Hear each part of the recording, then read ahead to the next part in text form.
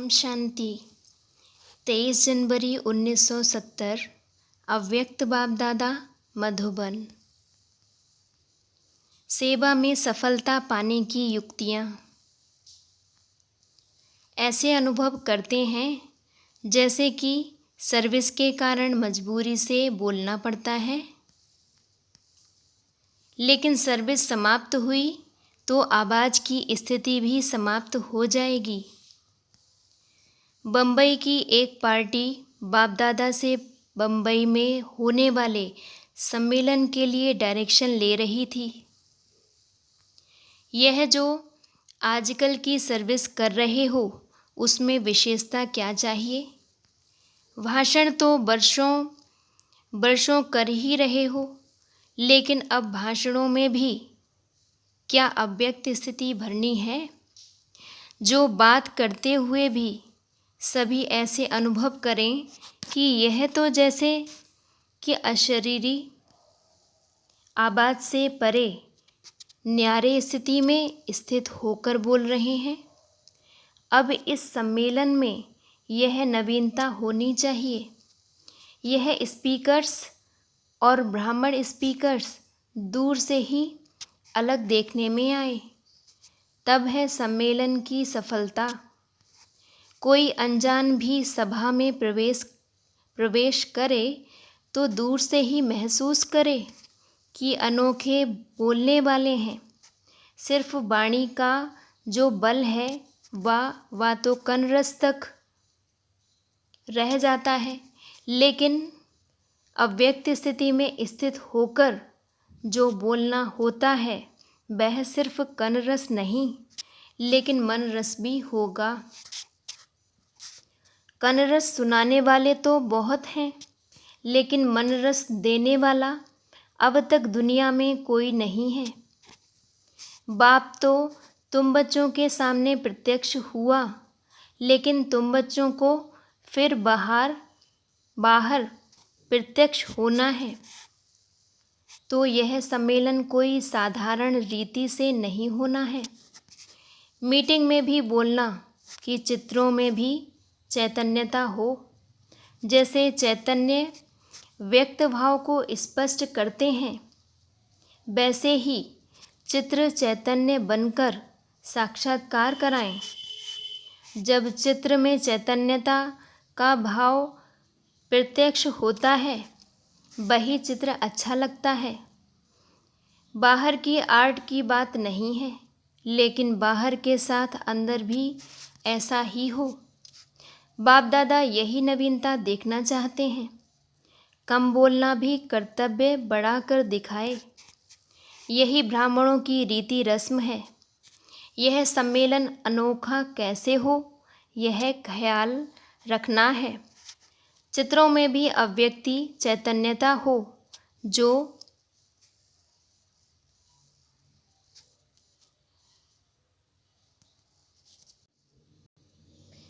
दूर से ही ऐसी महसूसता आए। नहीं तो इतनी प्रजा कैसे बनेगी? सिर्फ मुख से नहीं, लेकिन आंतरिक स्थिति से जो प्रजा बनेगी उसे ही आंतरिक सुख का अनुभव कहा जाता है। आप लोगों ने अब तक रिजल्ट देखी कि जो अव्यक्त स्थिति के अनुभव से आए वह शुरू से ही सहज चल रहे हैं, निर्विघ्न हैं, और जो अव्यक्त स्थिति के साथ फिर और भी कोई आधार पर चले हैं, उन्हीं के बीच में विघ्न, मुश्किलातें आदि कठिन पुरुषार्थ देखने में आता है। इसलिए अभी ऐसी प्रजा बनानी है जो अव्यक्त शक्ति की फाउंडेशन से बहुत थोड़े समय में और सहज ही अपने लक्ष्य को प्राप्त हो। जितना खुद सहज पुरुषार्थी होंगे, अव्यक्त शक्ति में होंगे, उतना ही औरों को भी आप समान बना सकेंगे। तो इस सम्मेलन की रिजल्ट देखनी है। टॉपिक तो कोई भी हो, लेकिन स्थिति टॉप की चाहिए। अगर टॉप की स्थिति है तो टॉपिक्स को कहाँ भी मोड़ सकते हो।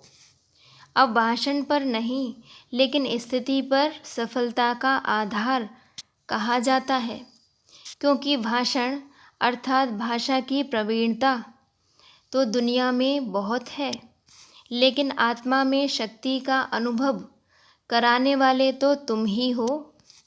तो यही अभी नवीनता लानी है। जब भी कोई कार्य करते हो तो पहले वायुमंडल को अव्यक्त बनाना आवश्यक है। जैसे और सजावट का ध्यान रखते हो, वैसे मुख्य सजावट यह है। लेकिन क्या होता है, चलते चलते उस समय बाहिर्मुखता अधिक हो जाती है, तो लास्ट वायुमंडल होने के कारण रिजल्ट वह नहीं निकलती। आप लोग सोचते बहुत हो, ऐसे करेंगे, यह करेंगे, लेकिन लास्ट समय कर्तव्य ज़्यादा देख बाहर मुक्ता में आ जाते हो। वैसे ही सुनने वाले भी उस समय तो बहुत अच्छा अच्छा कहते हैं, परंतु फिर झट बाहर मुक्ता में आ जाते हैं। इसलिए ऐसे ही प्रोग्राम रखना है, जो कोई भी आए तो पहले अव्यक्त प्रभाव का अनुभव हो। यह है सम्मेलन की सफलता का साधन। कुछ दिन पहले से ही यह वायुमंडल बनाना पड़े।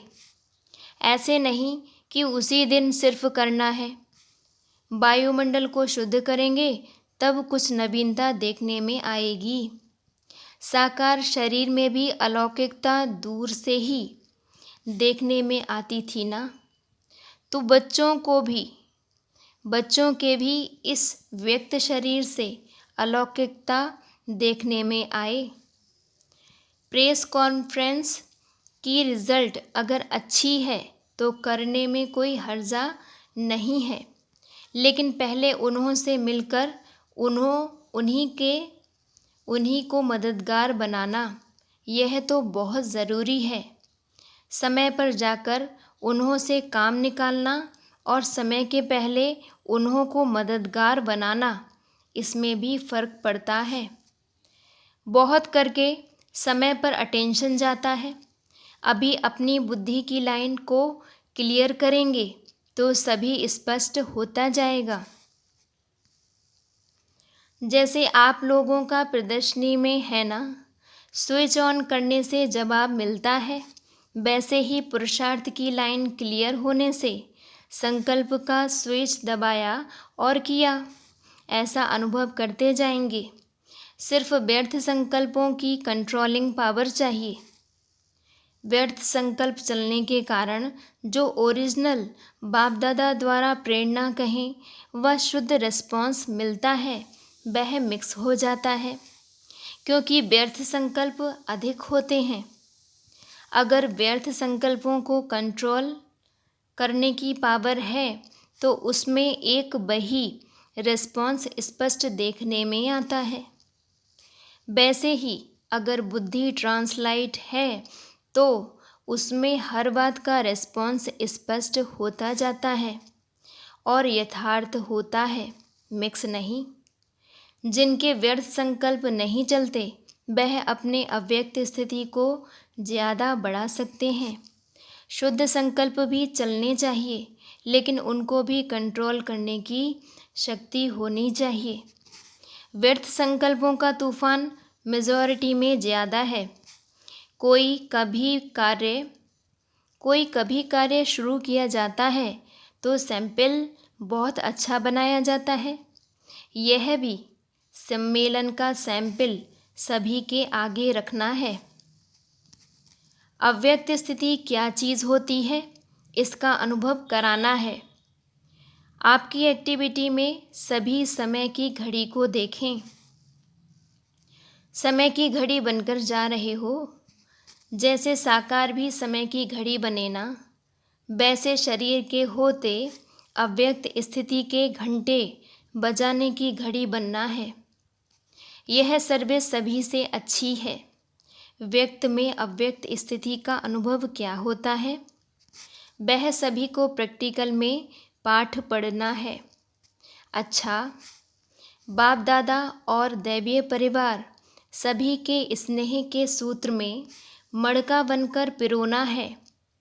स्नेह के सूत्र में पिरोया हुआ मैं मड़का हूँ, यह नशा रहना चाहिए।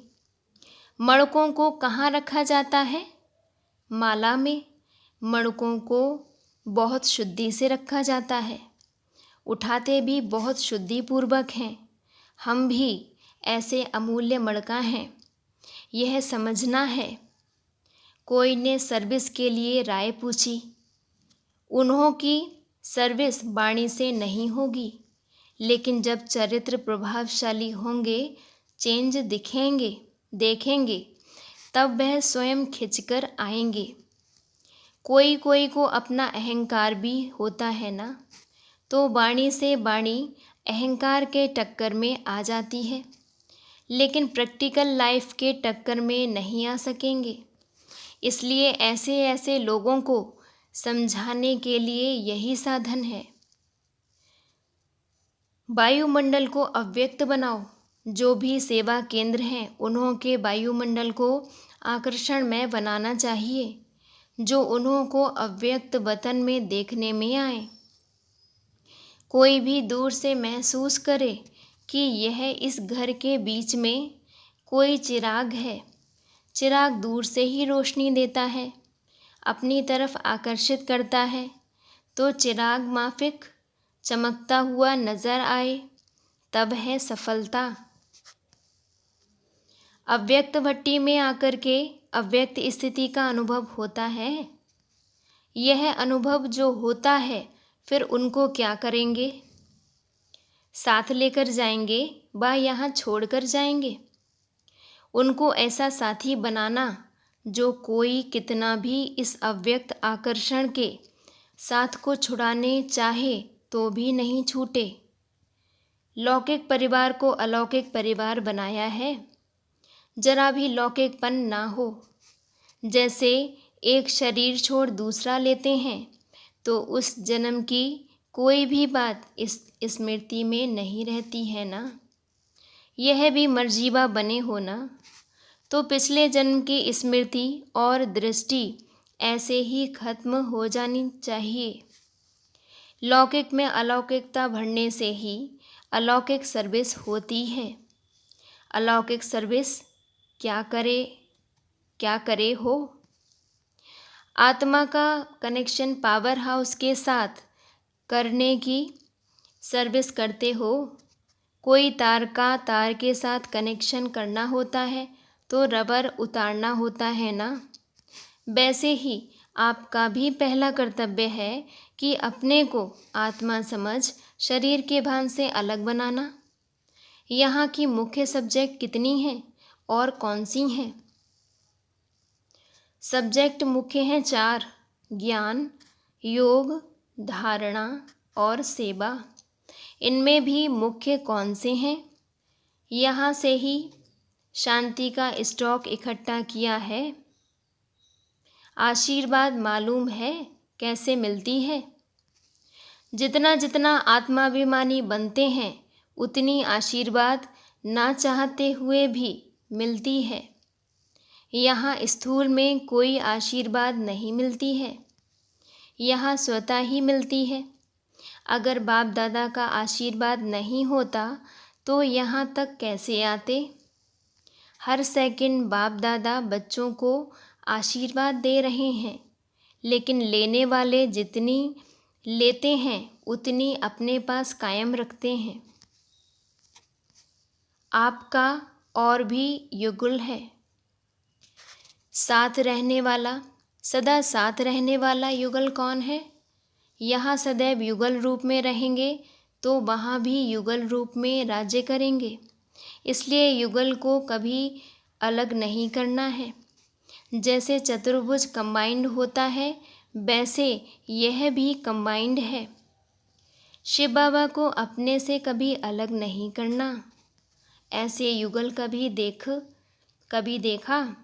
84 जन्मों में 84 युगलों में ऐसा युगल कभी मिला?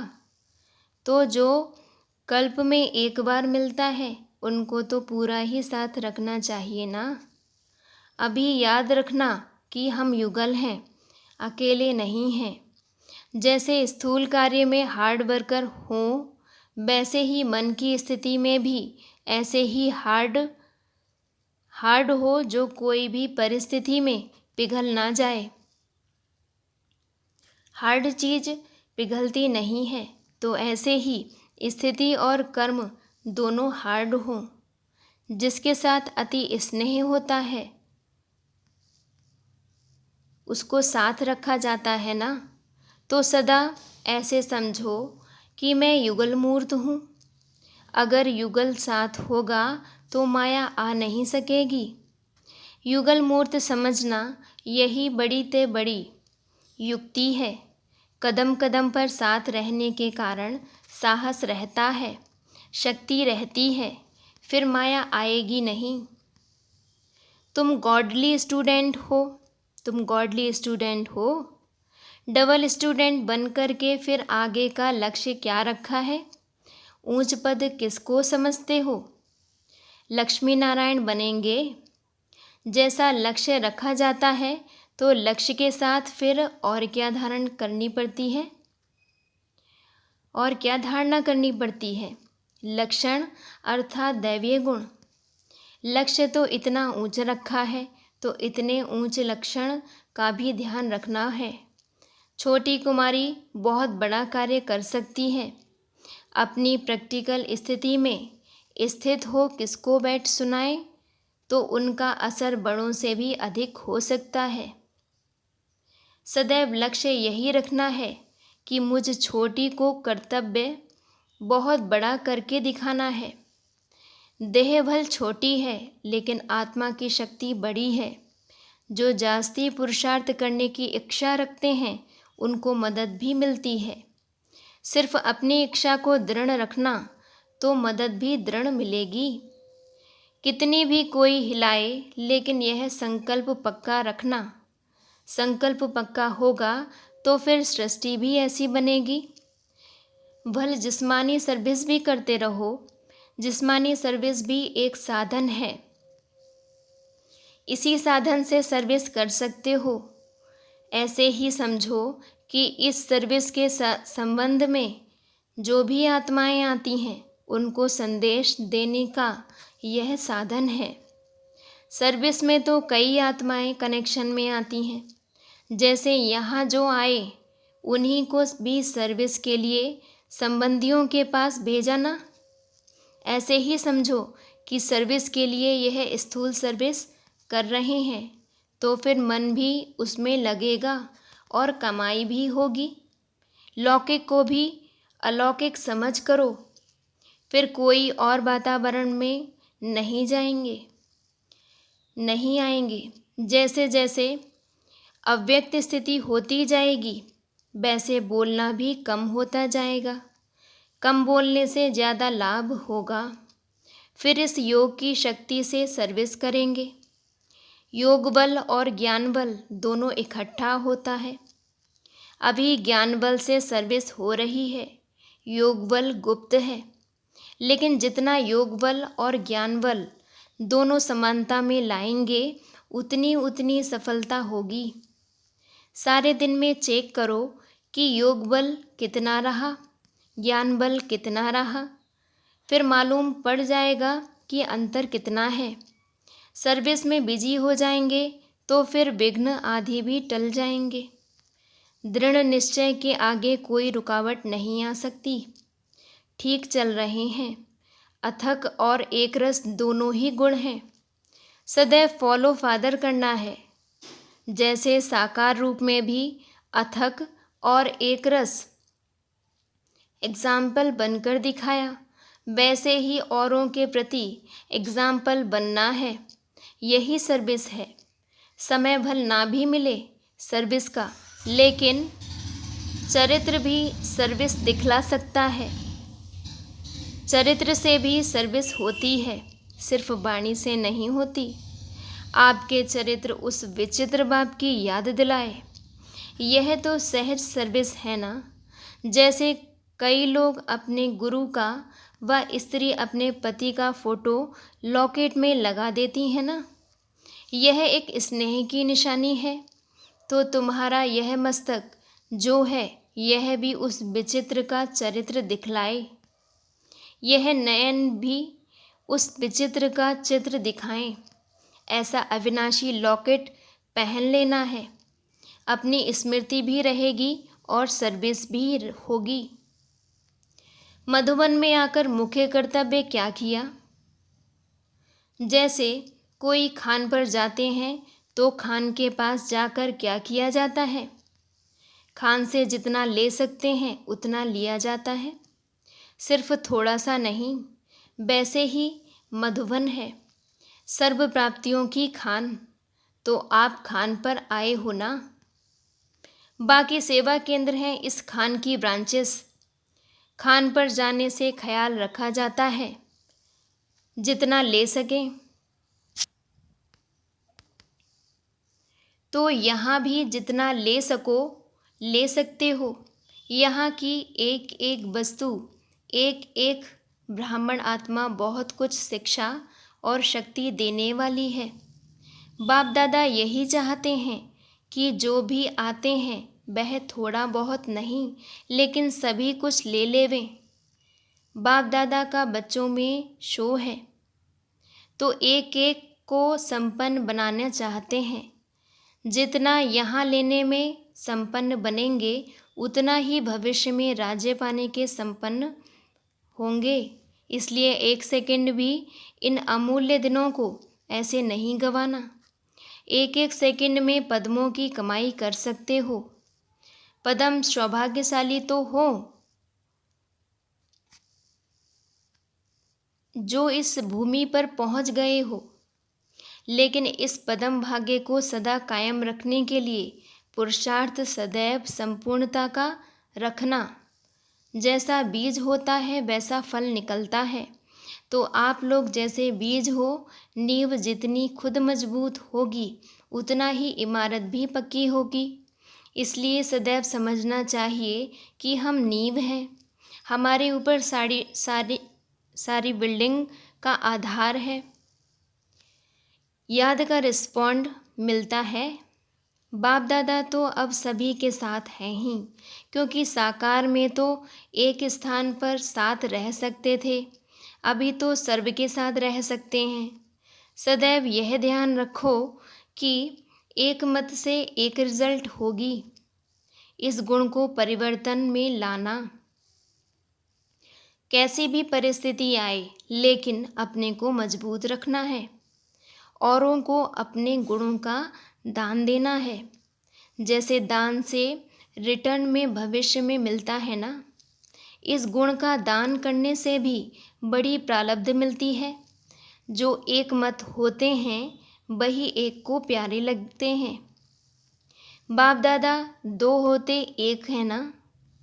वैसे भल कितने भी हों लेकिन एक मत होकर चलना। बाप के घर में आकर विशेष खजाना लिया। बाप के घर में विशेषताएं भरी हुई हैं ना। अपने घर में असली स्वरूप में स्थित होने आए हो।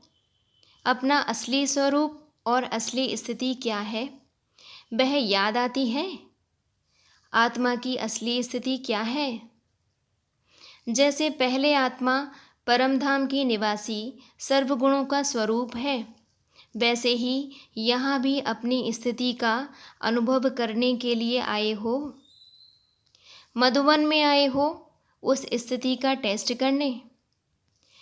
करने के बाद उनको सदा के लिए अपनाना है। इसका नाम ही है मधुबन।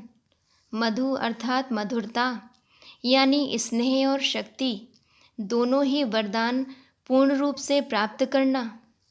यहाँ मधुबन में दोनों चीज़ वरदान रूप में मिलती हैं।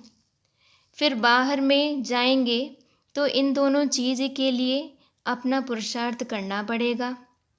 इसीलिए यहाँ वरदान रूप में प्राप्त जो हो रहा है उनको ऐसा प्राप्त करना जो अविनाशी रहे।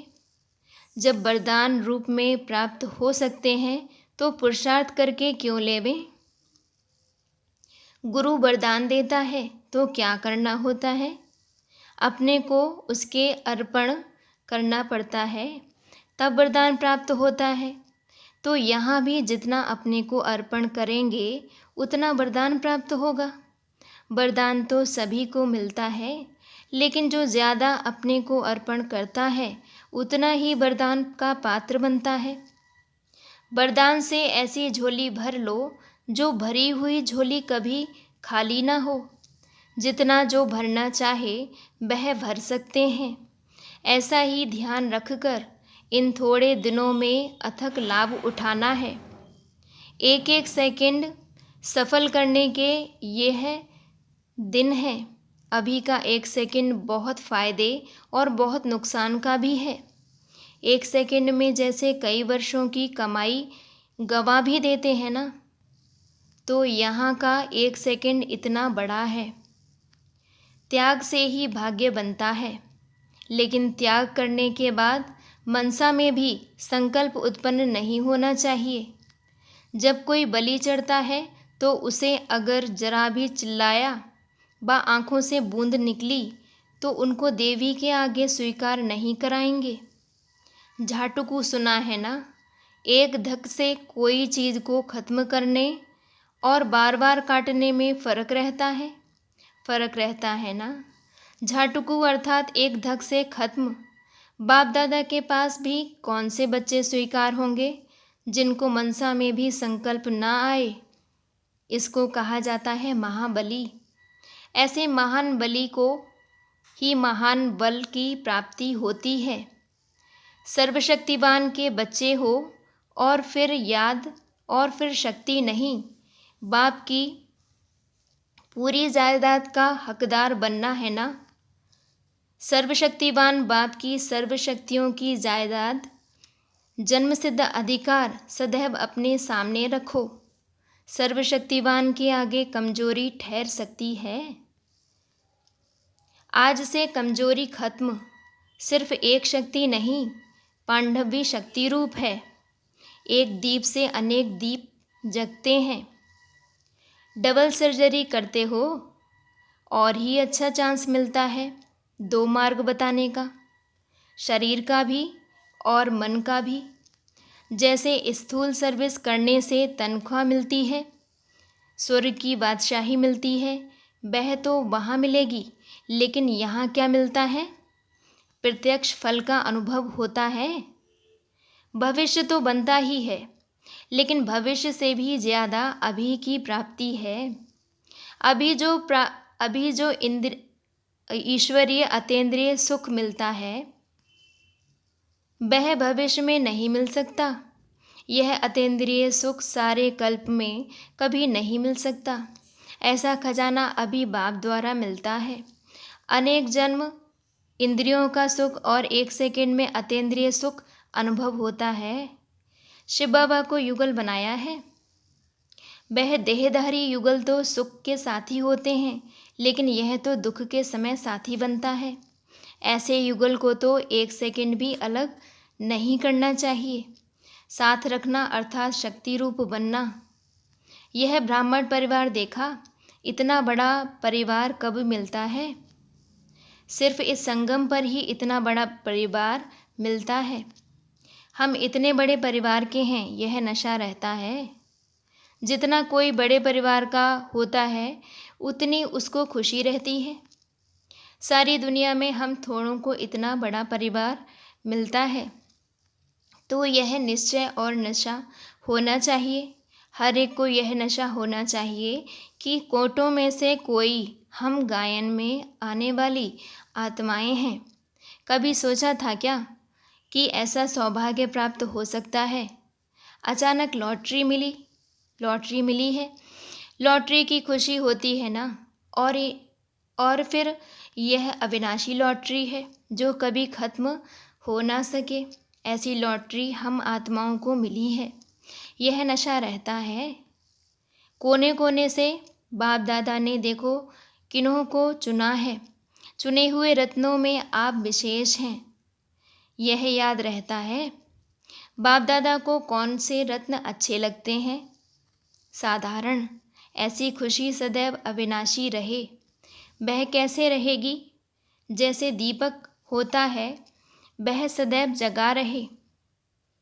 इसके लिए ध्यान रखते हैं घृत और बत्ती, इन दोनों चीज़ इन दो चीज़ का ख्याल रखना पड़ता है, तो यहाँ भी खुशी का दीपक सदैव जगा रहे। इसके लिए दो बातें ध्यान में रखनी हैं। ज्ञानघृत और योग है बत्ती।